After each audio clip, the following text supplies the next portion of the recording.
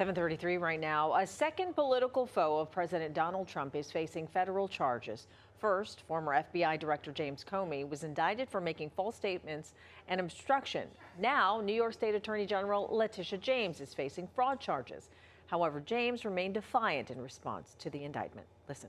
We will fight these baseless charges aggressively, and my office will continue to fiercely protect New Yorkers and their rights. And I will continue to do my job.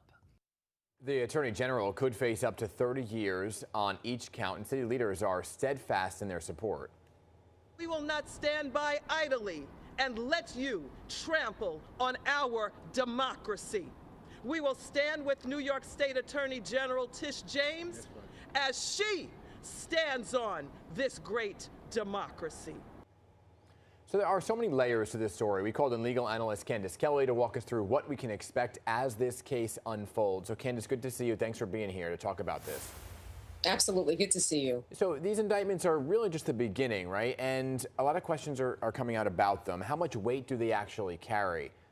Yeah, these are really just the beginning. As many attorneys have said, listen, you can indict a rock. So that we're going to have a lot of steps that go after this to really look at all of the evidence that's involved. Here we're looking at probable cause, and that's why it's moved on. But then we have to look at, preponderance of the evidence. There are criminal beyond a reasonable doubt when we move into other arenas to what is the evidence and what can be proved. As we heard, the Attorney General of New York is just very, very steadfast in saying what she believes is true, and that is that she has been selectively prosecuted. That is what her attorneys will say, and that's what we're going to hear. We're going to hear a motion to dismiss probably, and we will see if this even moves on past this particular stage. Have you read through the indictments? I'm just curious if anything stands out to you. Well, what stands out to me is that this is information that the Attorney General has already talked about before, and her attorneys have said the same thing. Listen, this is something that she has already addressed.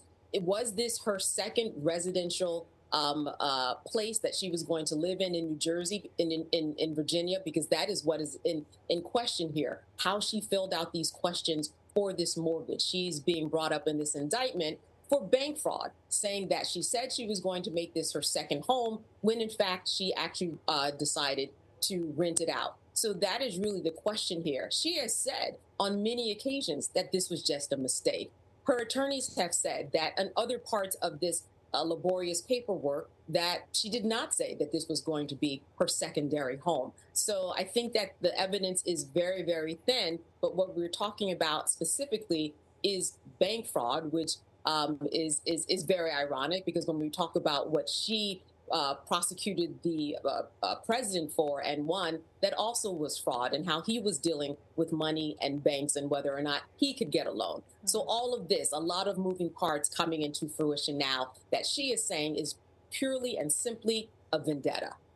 Yeah, people are calling it political retribution, right? And the indictments are speaking volumes about the president's powers. And when you look at it, the previous U.S. attorney for the Eastern District actually resigned after being pressured to bring those charges against Tish James. So then there was somebody new appointed. It's an interim U.S. attorney that was appointed by the president. And so can you kind of lay out the timeline here of the new person taking over and when the charges came down? So, the new person actually really kind of yielded, and that's what's being said, to what the president said on Truth Social and what he has said out in the open. And that is, I want James Comey and I want Letitia James indicted, right? And so that's why we are here. As you said, there was somebody that was in the position before in the Eastern District of Virginia that actually left his job because he said, you know what, I'm not going to put my career on the line for this because these particular charges are unacceptable and they don't mean anything. He resigned. This new person is a personal attorney of the President of the United States, mostly dealt in insurance, had never prosecuted the case.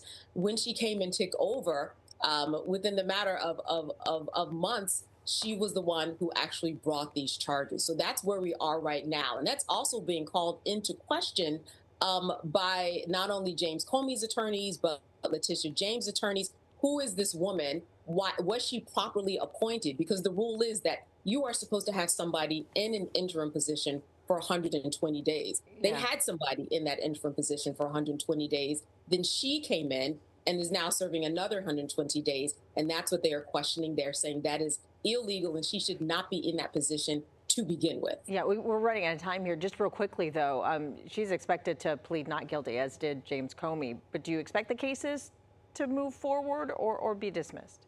I do not expect the cases to move forward, and I think that the president will probably consider that even a win. He wanted to bring these two people out and embarrass them and make them stand in front of a court of law, whether they won or lost. He wanted to show the power that he had, just mixing the executive and judicial branch, which according to the Constitution is not acceptable and against the law. Okay, Candace Kelly, we appreciate you breaking all this down and explaining the legality of it all. Good to see you. Good to see you too.